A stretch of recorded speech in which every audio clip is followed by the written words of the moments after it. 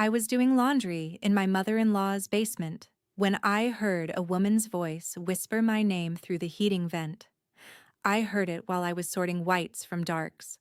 The basement was quiet the way old houses are quiet, not peaceful, just thick with the kind of silence that makes you aware of your own breathing. Patricia's estate had that expensive stillness, high ceilings, thick walls, rooms no one really uses. I was crouched near the furnace with a basket of David's dress shirts when the voice came through the vent. Not loud, a whisper. Emily, my name. I froze with a pillowcase halfway to the washer. My heart kicked hard against my ribs. I told myself I'd imagined it, the furnace clicking on, the house settling, my mind filling in shapes where there was only static. But my hands were shaking. I stood there, barely breathing, staring at the heating vent bolted low into the wall. Old metal, painted over so many times the slats were almost sealed shut. Rust darkened the screws, and then it came again. Tell David I'm still here. My knees went soft. I had to put my hand on the dryer to stay upright. The voice was female, hoarse, like someone who hadn't spoken in a long time, but clear enough that I knew I hadn't imagined it. She knew my name. She knew David's. She was inside the house. I crouched next to the vent, pulse hammering in my ears, and pressed my face close to the metal slats. The air coming through smelled stale and wrong, like dust and something else, something human. I didn't say anything back. Maybe because part of me still thought I was losing my mind. Maybe because I was afraid of what would answer.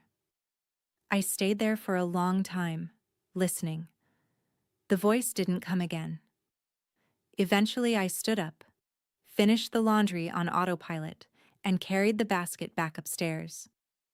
My legs felt distant, like they belonged to someone else. David was in the dining room setting the table. His mother was at the stove, stirring something that smelled like rosemary and butter. Everything looked warm and normal.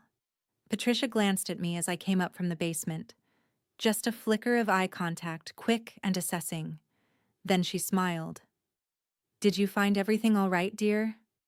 I nodded. My voice came out steady, which surprised me.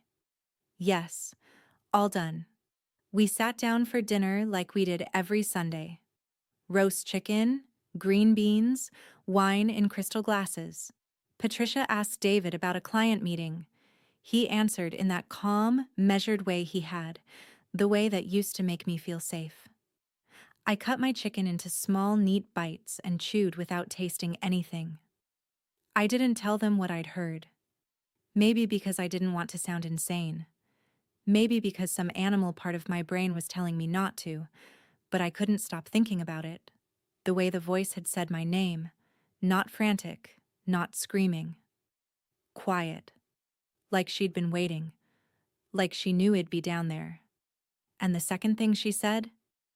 Tell David I'm still here. Not help me. Not get me out. She wanted me to tell David, which meant she thought he already knew where she was. I met David 2.5 years ago, 3 months after my father died. I was barely functional then. I'd taken a leave from work, stopped answering my phone, spent entire days in my apartment staring at nothing. My dad had been sick for a long time, but I still wasn't ready. You're never ready. A friend dragged me to a charity gala because she said I needed to be around people. I spent most of the night in a corner with a glass of wine I wasn't drinking. That's where David found me. He didn't use a pickup line. He didn't talk about himself. He just asked, very gently, if I was all right. And when I said I wasn't, he nodded like that was a reasonable answer and sat down next to me. We talked for 2 hours. Or I talked, mostly. He listened. He was older than me, 43 to my 29, but it didn't feel strange. He was steady in a way I needed. Calm, careful with his words. He didn't try to fix me. He just made space for me to fall apart without judgment. We started dating a month later. He took me to quiet restaurants and museums on weekday afternoons when they were nearly empty. He never rushed me, never asked for more than I could give. 6 months in, he told me about Clara. We were in his apartment late at night, and I'd asked why he didn't have any photos up. Not of family, not of friends. Nothing. He went quiet for a long time. Then he said, "I was married before." I waited. Her name was Clara. She died 11 years ago. He said it without emotion, like he was reading from a script he'd memorized. I asked what happened. He told me there'd been an accident, a fight. She'd taken his car and driven up the coast to clear her head, and she went off a cliff near Big Sur. The car was found at the bottom of a ravine. Her body wasn't. They declared her legally dead after 7 years. He said he'd been in therapy for a long time. That he'd worked hard to forgive himself, even though he knew it wasn't his fault.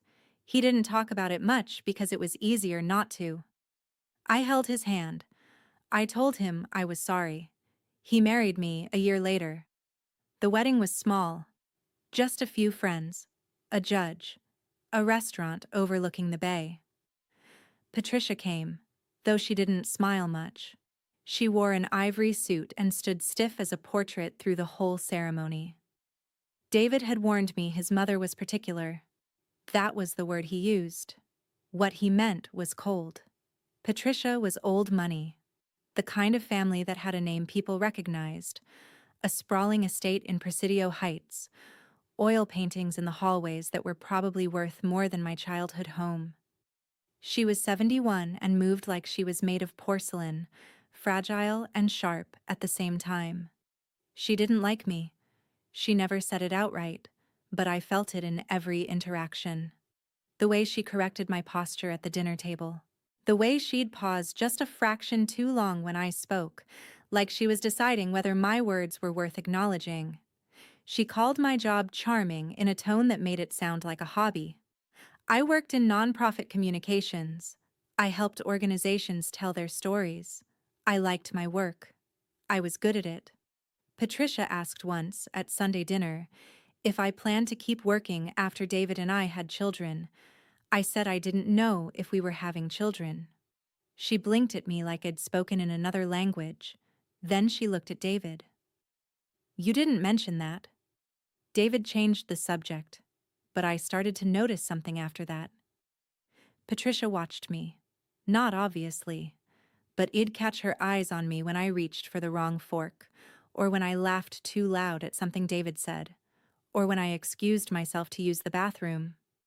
It wasn't suspicion, exactly. It was assessment. Like she was taking inventory. David said I was imagining it. He said his mother had always been protective, especially after Clara. That she just needed time to warm up. So I tried. I showed up to every Sunday dinner. I complimented her cooking, her home, her garden. I never pushed back when she corrected me. And every week, she looked at me like I was a stain she couldn't quite scrub out. I thought it was just snobbery. Now I'm not sure. Because the Sunday I heard the voice in the basement, Patricia had been the one who asked me to go downstairs. She'd been rinsing wine glasses at the sink, and she turned to me with that practiced smile and said, "Emily, dear, would you mind putting the linens in the wash? I'm afraid I've let them pile up." I'd said yes, of course. She'd handed me the laundry basket. Her fingers brushed mine for just a second. They were cold. And when I headed toward the basement door, I glanced back. She was watching me. Not warmly, not absently, watching. I didn't sleep that night. I lay next to David in the dark and listened to him breathe, slow and even, the way he always did. He slept like someone with nothing to hide. I kept hearing the voice. "Tell David I'm still here." Who would say that? Who would know my name, know David's name, and be inside Patricia's house? I tried to logic it away. Maybe it was a neighbor's voice traveling through old pipes. Maybe it was a radio someone had left on. Maybe I'd been more tired than I realized, and my brain had misfired. But I didn't believe any of that. At 3 in the morning, I got up and went to the living room with my laptop. I sat on the couch in the dark and typed Clara Ashford into Google. David's last name. The name I'd taken when we married. There wasn't much. An obituary from 2020, 7 years after the accident, when she'd been declared legally dead. Short. Impersonal. Clara Ann Ashford, 38, passed away in 2013. Beloved daughter and sister. Private services. No photo. No details about her life. No mention of David. I tried Facebook, Instagram, LinkedIn. Nothing. No digital trail at all. It wasn't unheard of. Some people didn't use social media. But Clara had been a lawyer, according to David. A family law attorney. Wouldn't she have had a professional presence online? Wouldn't someone have posted a memorial, a photo, something? I searched for news articles about the accident. I found one. Car found at bottom of cliff near Big Sur. Driver missing, presumed dead. It was from November 2013. The article said the vehicle had gone off Highway 1 during a rainstorm. No witnesses. The car belonged to David Ashford, but his wife Clara had been driving. Searchers found no body. The current had likely carried her out to sea. The case was closed after 6 months. I stared at the screen until my eyes burned. Then I searched. Can you hear voices through heating vents? The answer was yes. Sound traveled through ductwork. Voices, music, conversations, all of it could carry from one part of a house to another, especially in older homes with metal vents and shared airflow. So it was possible. But that didn't explain why the voice knew my name. David found me on the couch the next morning, still in my pajamas, staring at nothing. You okay? He asked, handing me coffee. I took the mug. I didn't sleep well. Bad dream, I almost told him. But something stopped me. The way he was looking at me, concerned, patient, calm. The same expression he'd had the night he told me about Clara. The same expression he'd had when his mother critiqued the way I held my wine glass and he squeezed my hand under the table and murmured, "Don't worry about her." I used to find that comforting. Now it felt like a mask. "Yeah," I said. "Bad dream." He kissed the top of my head and went to get ready for work. I waited until I heard the shower running. Then I went to his office. I'm not proud of it, but I had to know. David's office was neat, like everything about him. Desk organized, files labeled, pens in a cup. I opened his filing cabinet and flipped through folders. Tax returns, insurance documents, mortgage paperwork. Nothing about Clara. I checked his desk drawers, his bookshelf. I even looked under the desk, like maybe there was a hidden compartment or a box taped underneath. Nothing. Then I saw the photo album on the top shelf, spine out, barely visible behind a stack of legal textbooks. I pulled it down. The cover was leather, old and cracked. I opened it slowly. The first page was a wedding photo, not ours. David stood next to a woman in a white dress, his arm around her waist. She was smiling, really smiling, the kind that reaches your eyes. Dark curly hair, olive skin, a sharp jaw. She looked strong, alive, Clara. I turned the page. More photos. Clara and David at a restaurant. Clara laughing on a beach. Clara in a courtroom, wearing a suit, looking fierce. And then the photos stopped. The rest of the album was empty. I heard the shower turn off. I shoved the album back onto the shelf and slipped out of the office. At breakfast, I kept my voice light. "Can I ask you something about Clara?"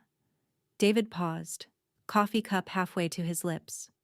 "Of course. Did she have family? A sister? And her parents? But they passed a few years ago. Do you still talk to them?" "The sister." David set his cup down carefully. "No. We didn't stay in touch after the accident. It was too painful. For everyone. Do you have pictures of her?" His jaw tightened. Just for a second. My mother packed them away. After the funeral. She thought it would help me move on. Do you want them back? He looked at me. Really looked. Why are you asking? I don't know. I just realized I don't know much about her. And she was part of your life. I thought maybe. Emily. His voice was still calm, still kind. I love you. I love our life. Clara was a long time ago. I've made peace with it. I don't need to dig her up. He said it like he was being healthy, letting go, moving forward. But the phrase stuck in my head. Dig her up. Okay, I said. I'm sorry. I didn't mean to push. He reached across the table and took my hand. You didn't. I just don't want to live in the past. I nodded. But I couldn't stop thinking about the wedding photo, the way Clara had looked at the camera, bright, fierce, alive. And I couldn't stop thinking about the empty pages after. The next Sunday, I volunteered to get more wine from the basement. Patricia was serving lamb.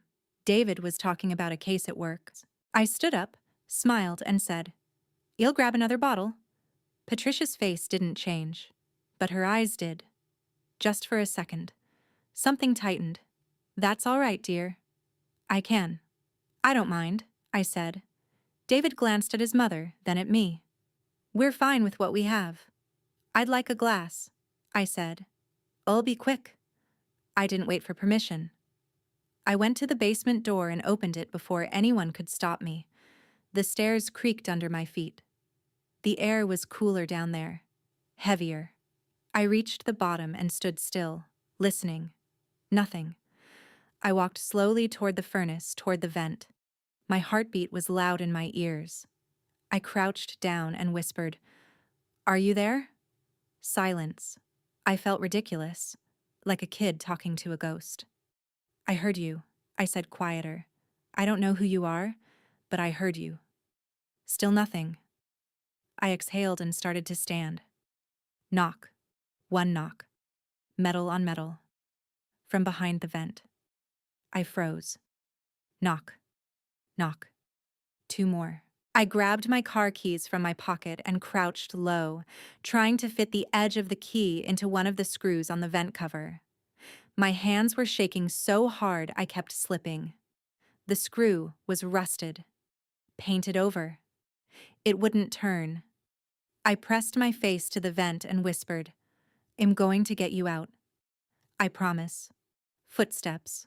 From upstairs, coming toward the basement door. I shoved my keys back in my pocket and stood up fast, heart slamming. The door opened.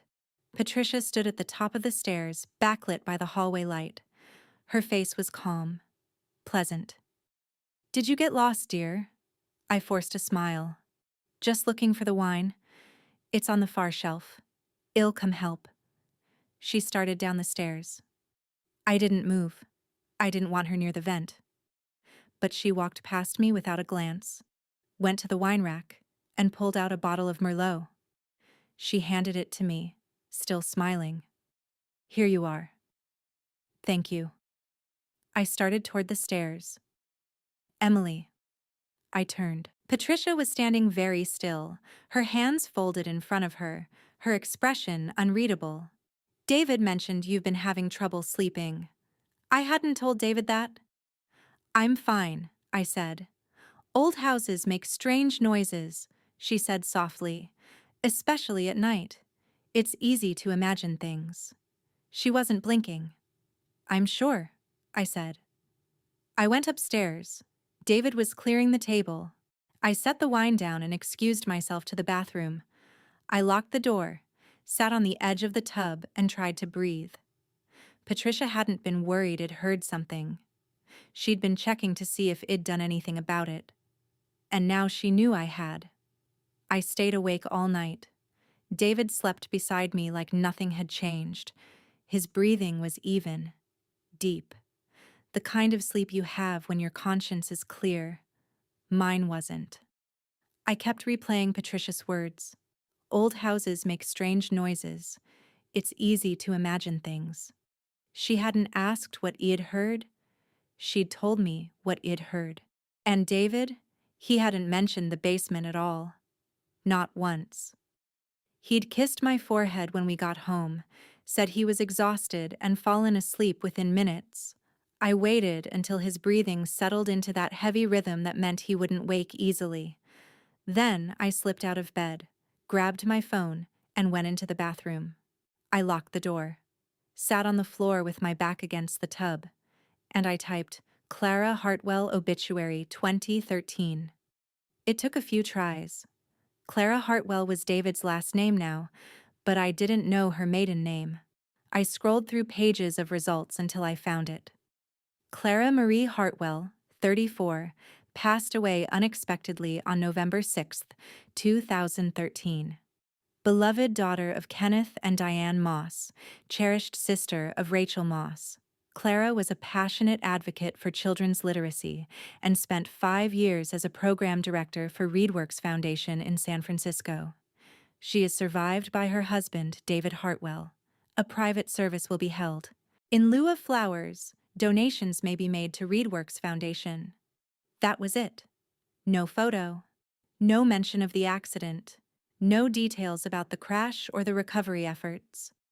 I searched Clara Hartwell car accident Big Sur 2013. One article. Local news site. 3 paragraphs. Authorities recovered a vehicle belonging to Clara Hartwell, 34, at the base of a cliff along Highway 1 near Big Sur on November 8, 2013. The car had gone over the guardrail during severe weather. No body was recovered. Search efforts were suspended after 5 days due to dangerous ocean conditions. Hartwell was reported missing by her husband 2 days prior. No witness, no skid marks mentioned, no investigation. I read it again. Reported missing by her husband 2 days prior. She went missing before the car was found. I opened a new tab and searched Clara Moss San Francisco. Her LinkedIn was still active. Profile picture showed a woman with dark curly hair, bright smile, sharp eyes. Last activity, October 2013. I clicked on her work history. ReadWorks Foundation, 2008 to 2013. Before that, a nonprofit in Oakland, college at UC Berkeley. She looked real, solid, not someone who'd drive off a cliff. I went back to the obituary and found Rachel Moss's name. Searched Facebook. She was still in California. Married now. 2 kids. Her profile was public. I opened Messenger. My hands hovered over the keyboard. This was insane. I was messaging a dead woman's sister in the middle of the night because I thought I'd heard a voice in my mother-in-law's basement. But I couldn't stop. I typed, Hi Rachel. I'm writing a book about unsolved missing persons cases along the California coast, and I came across your sister Clara's story. I'm so sorry for your loss. Would you be willing to talk to me about what happened? I'd like to honor her memory accurately. I hit send before I could delete it. Then I sat there, staring at the screen, feeling like I'd just stepped off a ledge. My phone buzzed. I flinched.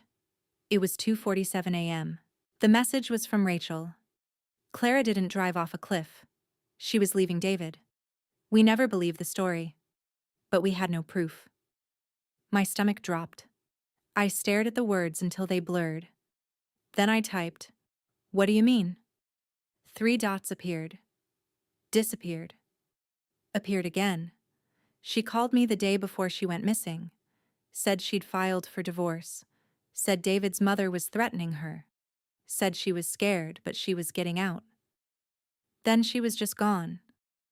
David said they'd had a fight and she took his car, and he didn't know where she went.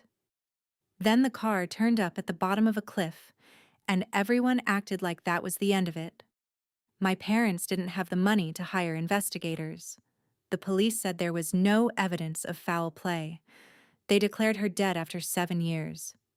David got everything. I read it twice. Then I asked, Did you ever meet Patricia? Once. At their wedding. She looked at Clara like she was dirt on her shoe.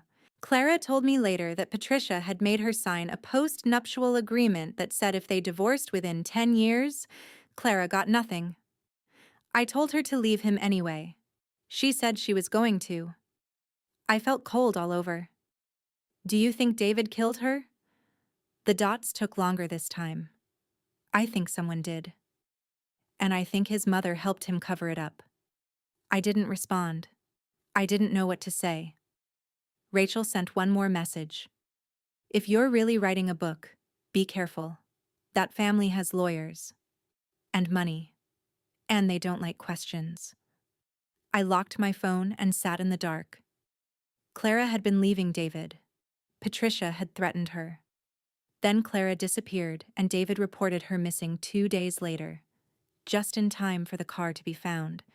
And now, 11 years later, it heard a woman's voice in Patricia's basement, a voice that knew my name, a voice that said, "Tell David I'm still here."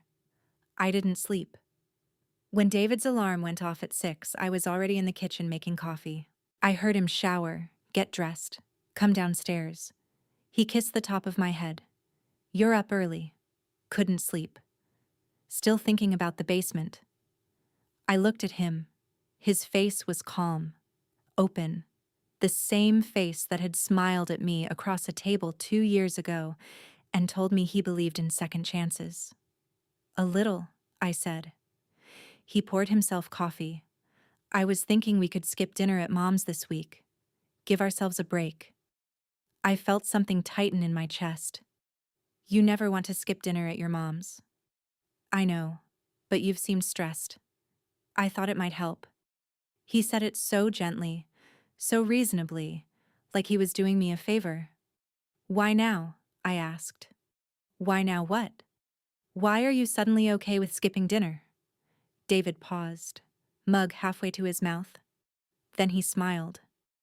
"Im, trying to be considerate. You said you heard something. I don't want you to feel uncomfortable." "I didn't say I felt uncomfortable. You didn't have to." He set his mug down and stepped closer, put his hands on my shoulders, looked me right in the eyes.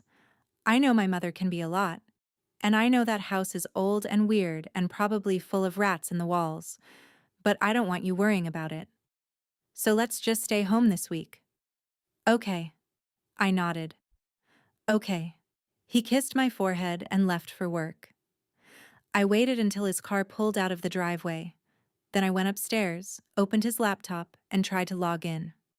Password protected. I tried his birthday. Didn't work. I tried our wedding date. Didn't work. I tried Clara's birthday. I'd found it on her LinkedIn. It worked. I sat very still. Then I opened his browser history. He'd cleared it. Recently. This morning, probably. I checked his emails. Nothing unusual. Work correspondence, a few newsletters, a reminder about a dentist appointment.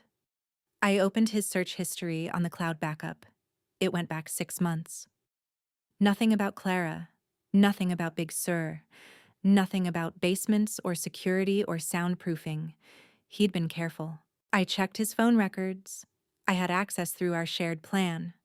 Lots of calls to his office, a few to me, several to Patricia, but that was normal. Then I saw it. One number, called once a month, every month, for the past 2 years.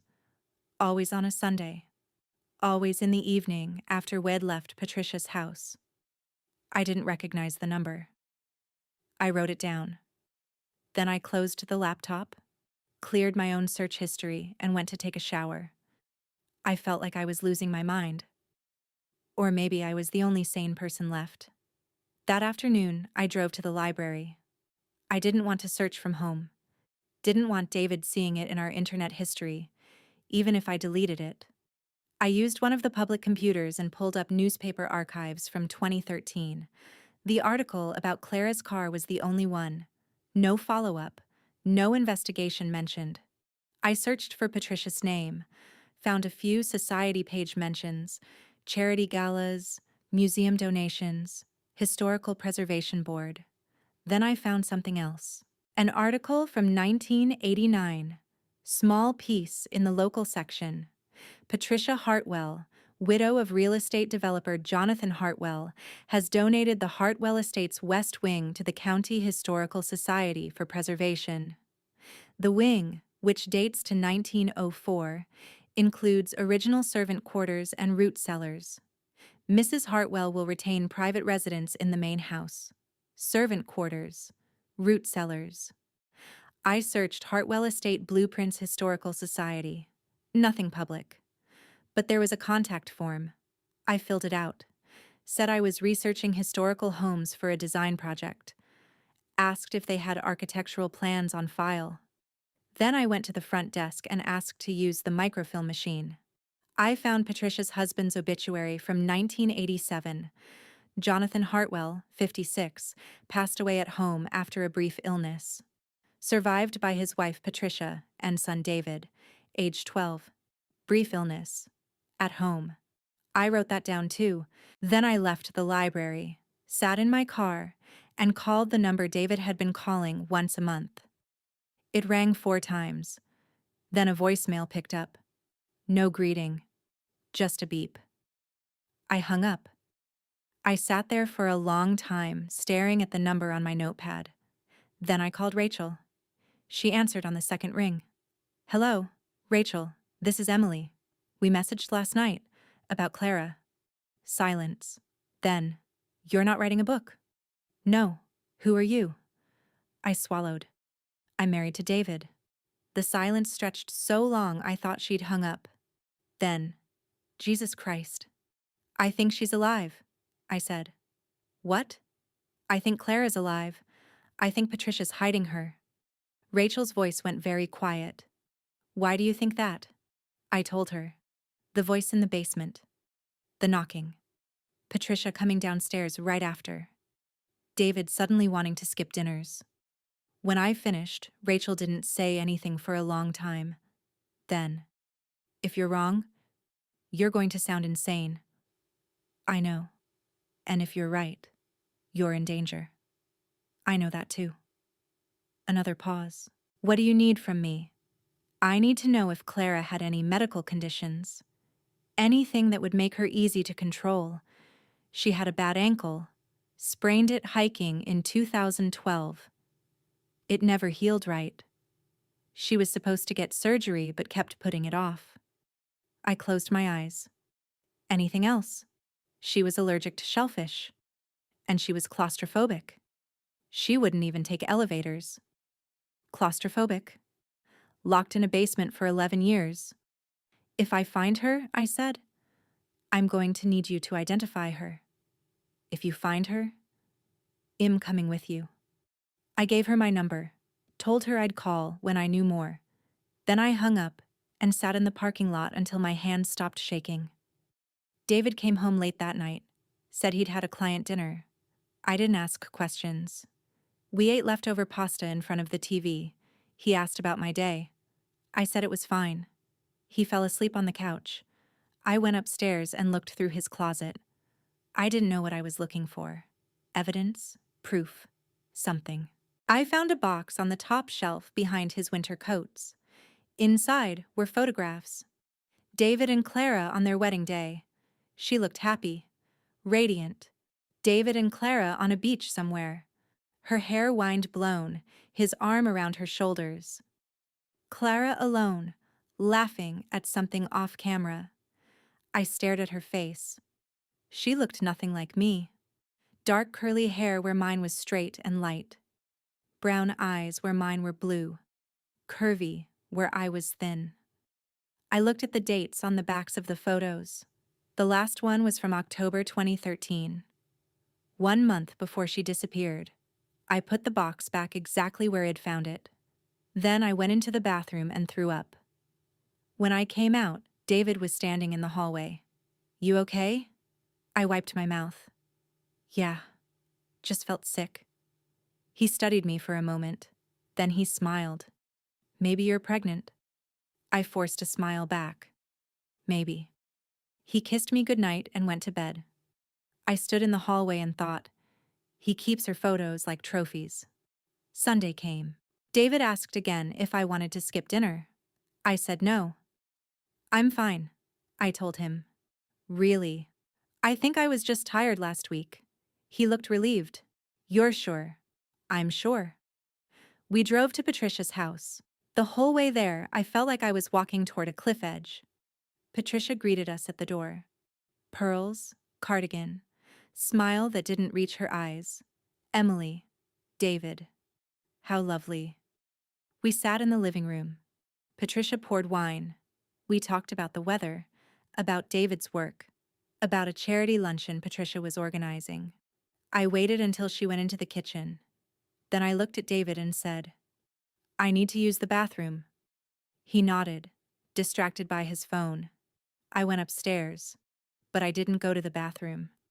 I went to the back staircase, the one the staff would have used 100 years ago, and I went down. All the way down. To the basement. The light was off. I turned it on and stood at the top of the stairs, listening. Nothing. I went down slowly, my heart pounding so hard I could feel it in my throat. The vent was across the room, near the furnace. I crouched down, put my ear to the metal, whispered, Clara. Nothing. Clara, if you're there, knock twice. Silence. I waited. Then, knock. Knock. I closed my eyes. I'm going to get you out, I whispered. I'm going to call the police. But I need proof. I need you to make noise when they come. Can you do that? Another knock. Softer this time. I stood up, and Patricia was standing at the bottom of the stairs. She didn't say anything. She just looked at me. Her face was perfectly calm. You must think I'm a monster, she said quietly. I didn't move. But you don't understand. You didn't know her. She was going to destroy this family, destroy David, take everything we'd built. She's a person, I said. She's a thief. Patricia stepped closer. You seem like a smart girl, Emily. Smarter than I gave you credit for. So let me be very clear. If you go to the police, they'll find nothing. If you make accusations, well, have you committed? David will say you've been unstable, paranoid, obsessed with his dead wife, and everyone will believe him because he's a Hartwell, and you're just. She paused. A girl he married too quickly. I felt something cold settle in my chest. He knows, I said. Of course he knows. He comes down here. Patricia tilted her head.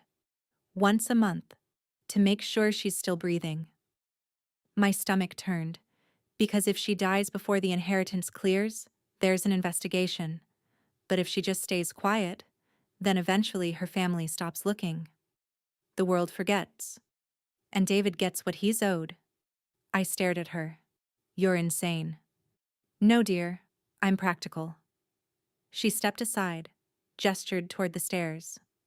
Now. You're going to go back upstairs. You're going to have a lovely dinner. And you're never going to come down here again. Do you understand? I didn't answer. Because if you don't, Patricia said softly, there's room for two. I walked past her, up the stairs, into the kitchen. David was setting the table. He looked up and smiled. There you are. I was about to send a search party.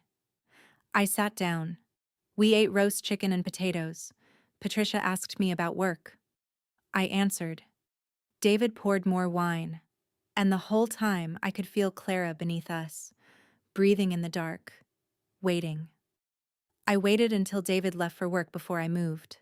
I'd spent the entire red-eye from Oregon sitting rigid in my seat, staring at the dark window, my phone clutched in my lap. The recording I'd made of David's fake phone call played on a loop in my head, Patricia's voice pretending to be a nurse, the careful pauses, the practiced sympathy. They'd performed for me. And I'd almost believed them. When I got home that morning, David was making coffee. He smiled when I walked in, asked how my friend was doing. I said fine. He kissed my forehead. I didn't pull away. I stood very still and let him do it.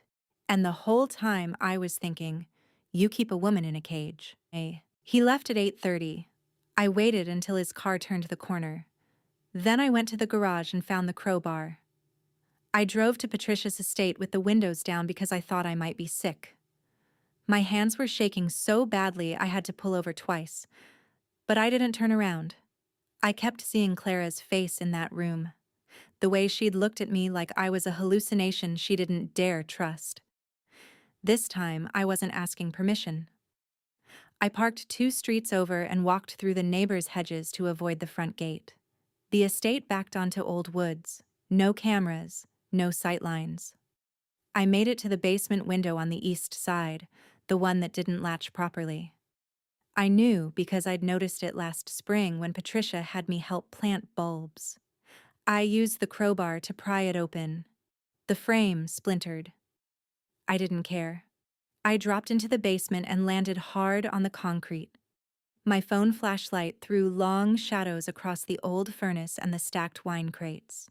Everything looked exactly the same. Neat, settled, ordinary.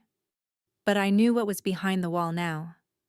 I crossed to the false panel, the one disguised as wire shelving, and shoved the crowbar into the seam. It took 3 tries before the panel cracked. I wrenched it sideways and the whole thing came loose, clattering onto the floor. Behind it was the door. The bolt was drawn.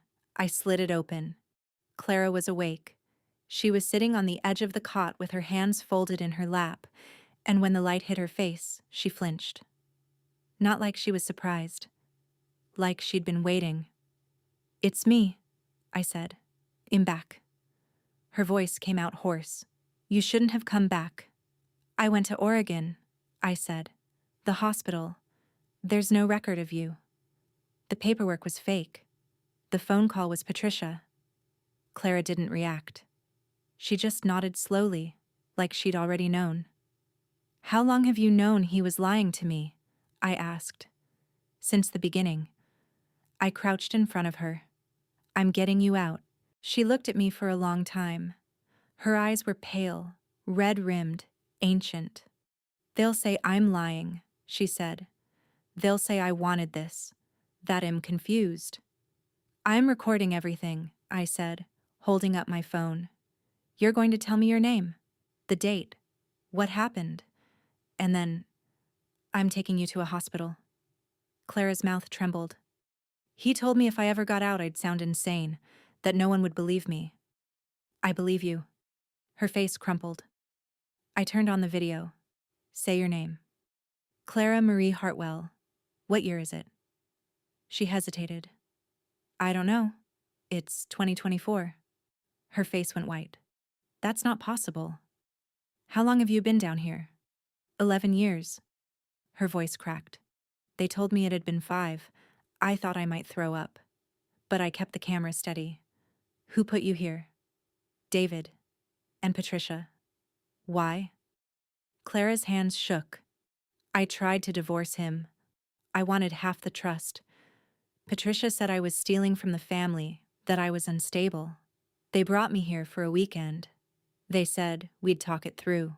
And then David locked the door." "Did he visit you?" "Once a month. He'd bring food, medicine, books. He'd sit on the other side of the door and tell me." Her breath hitched. "He'd tell me what was happening in the world. Who got married? Who died? And then he'd leave." "Did he ever let you out?" "Once. In 2015. I ran. I made it to the driveway." She touched her ankle. "Patricia broke it with a tire iron." I stopped recording. "Can you walk?" "I don't know," she said. "I haven't tried in a long time." I helped her stand. She was lighter than I expected, fragile, bones too close to the surface. Her ankle buckled immediately and she gasped. I caught her. "It's okay," I said. "I've got you." We made it 3 steps before I heard the car. Gravel crunching in the driveway. Clara went rigid. "She's here." "We're leaving?" I said. "Right now." I half carried her to the window. It was too high. I looked around, found an old stepladder, dragged it over. Clara climbed it like every movement hurt. I pushed her through the window first, then hauled myself up after her.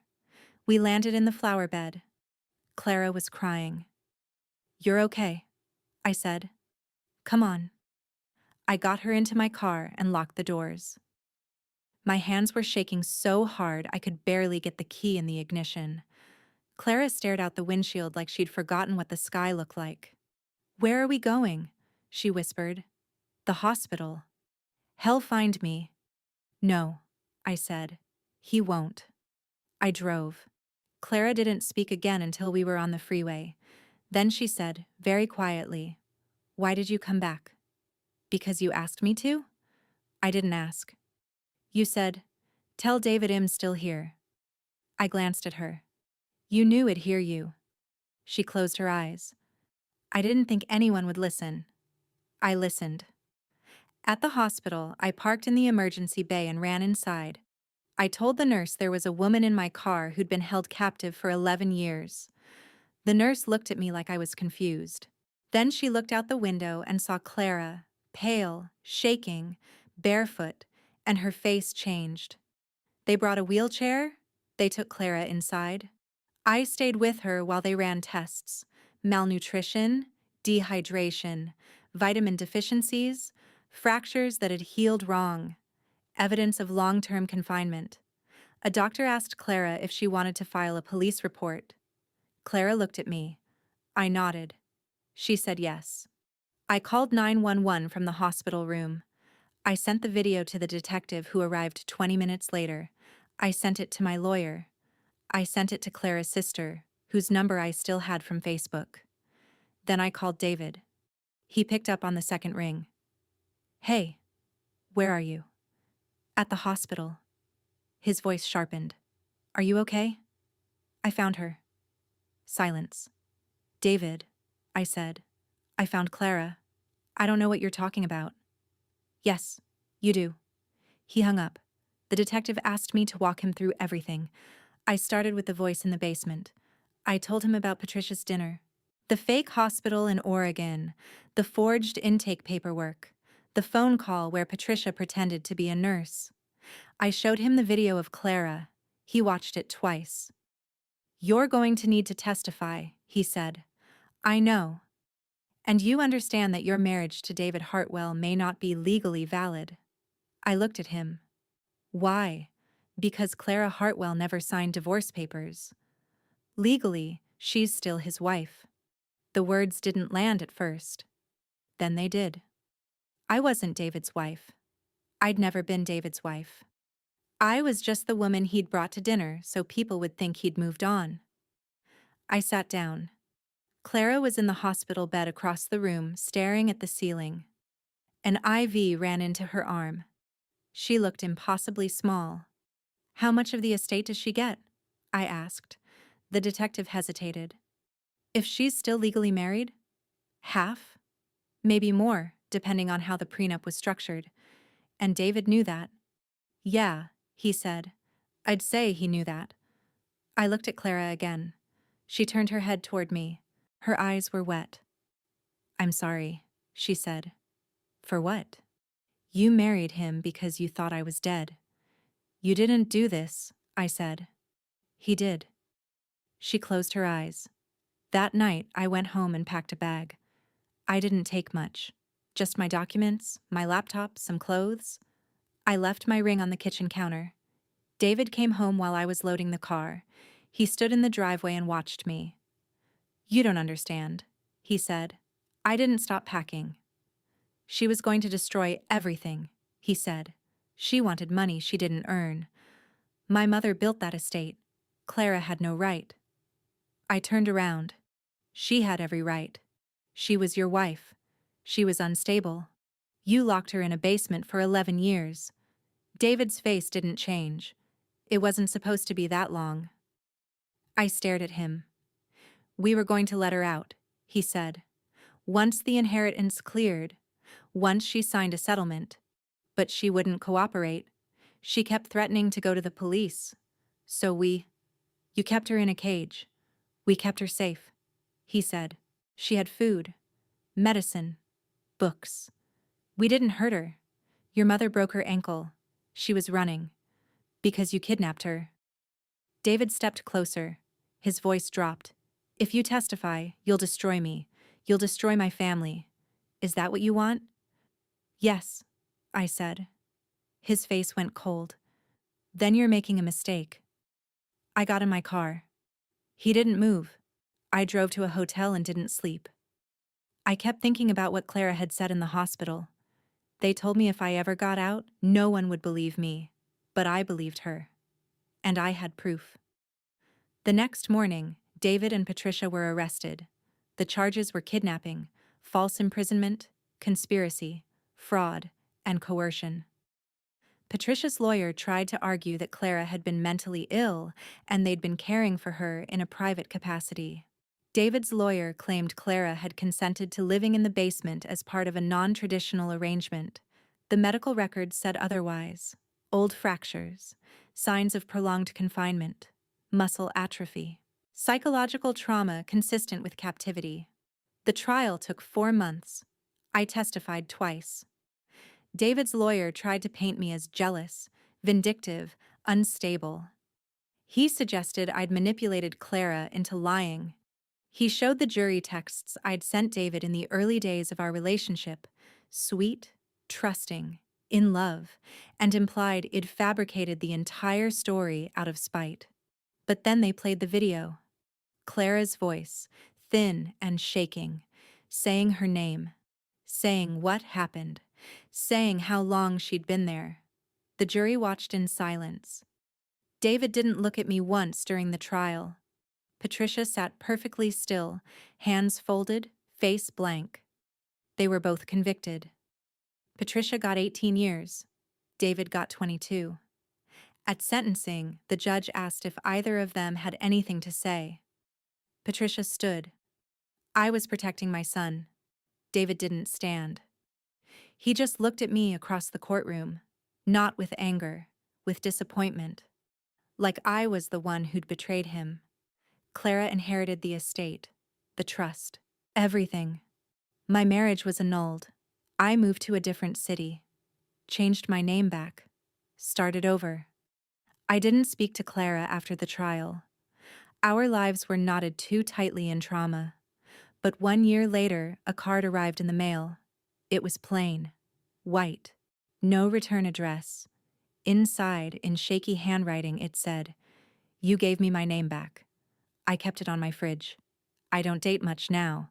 I don't go to estate sales or old houses. I don't do laundry in basements. But I listen. If someone whispers, if something feels wrong, if a voice comes from a place it shouldn't, I listen, because once I heard a woman no one else could hear. And I didn't look away. I didn't move back in with David. I stayed in a hotel that first night, then a friend's couch, then a short-term rental I found online with white walls and nothing on them. The apartment didn't feel like mine, but nothing did anymore. Clara was in the hospital for 3 weeks. The doctors ran tests, took scans, tried to reverse what 11 years in a basement had done to a body. Muscle atrophy, vitamin deficiencies. Her ankle had healed crooked and would need surgery. Her teeth were damaged from malnutrition. She had scars on her wrists from zip ties. I wasn't allowed to visit her at first. The detectives said it might compromise the case. But I sent a message through her sister. I believe you. I'm not going anywhere. David called me 47 times in the first week. I didn't answer. His mother called once. I answered that one. She didn't say hello. Just said, very calmly, "You've made a terrible mistake." I hung up. 2 days later, they were both arrested. The video I'd taken was enough for a warrant. The police went back to Patricia's estate with cadaver dogs, ground-penetrating radar, a forensic team. They tore apart the basement. They found the room behind the false wall. Clara's fingerprints. Her DNA chains bolted into the concrete. A bucket she'd been forced to use as a toilet. They found a logbook. Patricia had kept a logbook. Dates. Times. Notes about Clara's health. What food she was given. When she was difficult. When she needed to be corrected. She'd written it like a medical chart. Like Clara was livestock. The prosecutor told me it was one of the most damning pieces of evidence she'd ever seen. Patricia had documented her own crime for over a decade because she genuinely believed she'd never be caught. I asked why she thought that. The prosecutor looked at me. Because people like Patricia don't believe the rules apply to them. David's lawyer tried to flip the narrative early. He gave a statement to the press claiming Clara had been mentally ill and they'd been caring for her in a private capacity. That David and Patricia had been trying to protect her from herself. That the basement room was a temporary measure that had gone on longer than intended, but was never malicious. The word he used was compassionate. The medical records said otherwise. Old fractures that had healed without treatment. Signs of prolonged confinement. Muscle atrophy consistent with lack of movement. Psychological trauma consistent with captivity, isolation, and sustained emotional abuse. The trial took 4 months. I testified twice. David's lawyer tried to paint me as jealous, vindictive, unstable. He suggested I'd manipulated Clara into lying. He showed the jury texts I'd sent David in the early days of our relationship.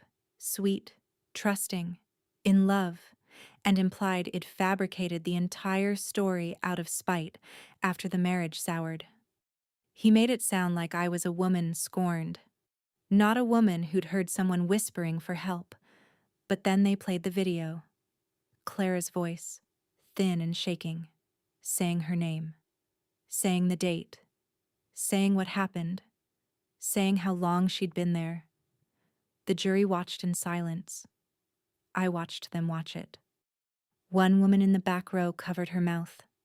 David didn't look at me once during the trial. He sat very still, hands folded on the table, staring straight ahead. He wore a suit I'd helped him pick out once. Navy, slim fit. I'd told him it made him look trustworthy. Patricia sat beside him, perfectly upright, hair neat, hands in her lap, face blank. She looked exactly like she had at every Sunday dinner. They were both convicted. Kidnapping, false imprisonment, conspiracy, fraud. Patricia got 18 years. David got 22. At sentencing, the judge asked if either of them had anything to say. Patricia stood. She looked at the judge. Not at me, not at Clara. She said, "I was protecting my son. That was it." She sat back down. David didn't stand. He just looked at me across the courtroom. Not with anger. Not with shame. With disappointment. Like I was the one who'd betrayed him. Like I'd broken some unspoken contract. My hands started shaking. I pressed them flat against my knees. He held my gaze for a long moment. Then he looked away. And I understood. He truly believed he'd done nothing wrong. Clara inherited the estate, the trust, the house, everything. It took months to process. There were legal challenges. David's family tried to argue that Clara had abandoned the marriage, that she'd been declared legally dead and shouldn't be allowed to retroactively claim assets. But the court ruled in her favor. She'd been declared dead under fraudulent circumstances. The marriage had never been dissolved. She was entitled to everything. My marriage to David was annulled. Legally, it had never existed. I got a letter in the mail with the official paperwork. I stared at it for a long time. 2 years of my life. Erased. I didn't go to the sentencing hearing. I couldn't. I watched the news coverage from my apartment. Saw them walk David and Patricia out in handcuffs. Saw the reporters shouting questions. Saw Clara's sister make a statement on the courthouse steps. She said, "Our family lost Clara twice. Once when she disappeared, and again when no one believed us. Today, we got her back." I cried. Not because I was happy, because I realized how close we'd come to losing her forever. I moved to a different city 3 months later. Smaller, quieter. Somewhere no one knew my name or my face or the story. I changed my name back to my maiden name. Started over. I got a job at a nonprofit. Nothing glamorous, just work that felt clean. I didn't date. I didn't go to estate sales or open houses. I didn't visit friends who lived in big old homes with basements. I couldn't, but I did other things. I started volunteering at a domestic violence hotline. I took calls from women who thought they were losing their minds, who said their partners were telling them things that didn't match reality, who were afraid and didn't know why. I listened. I told them, trust what you hear. Trust what you see. Don't let anyone convince you that your perception is broken. Sometimes they believed me. Sometimes they didn't.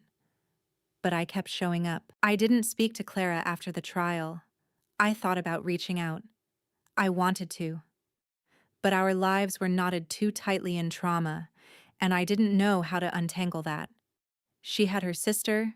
She had therapists. She had the estate to sell, the money to rebuild. She didn't need me.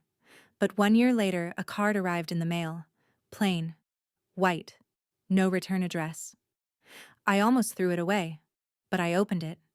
Inside, in shaky handwriting, it said, "You gave me my name back." No signature. I knew it was from her. I put the card on my fridge. I didn't respond. I didn't need to. I still live in that small apartment. I still work at the hotline. I don't go to basements. I don't ignore whispers. And when someone tells me they heard something that doesn't make sense, something that shouldn't be there, something everyone else says is impossible, I believe them. Because once, I heard a woman no one else could hear, and I didn't look away. I didn't tell myself I was imagining things. I didn't let someone else convince me I was wrong. I listened. And because I did, a woman who'd been erased, who'd been buried alive in someone else's house for 11 years, got to say her own name again, got to stand in sunlight, got to prove she was real. That's not nothing. It doesn't undo what happened to her. It doesn't undo what happened to me. But it's something. And some days, that's enough. I don't think about David much anymore, but sometimes I think about that last look he gave me in the courtroom, the disappointment, like I'd failed him. And I understand now, he really did see me as part of the plan, not a partner, a prop, someone to smile at Sunday dinners, someone to make him look stable and kind and moved on, someone who wouldn't ask questions. But I did. I asked, I listened, and I didn't stop. I don't know if Clara thinks about me. I hope she doesn't. I hope she's somewhere quiet, somewhere safe, somewhere she can forget. But if she ever needs to remember that someone believed her, she has that card, and I have mine, on my fridge. A reminder that the worst thing you can do to someone isn't to hurt them. It's to make the world believe they were never hurt at all. David and Patricia tried to do that. They failed, because Clara whispered, and I heard her, and I didn't let go.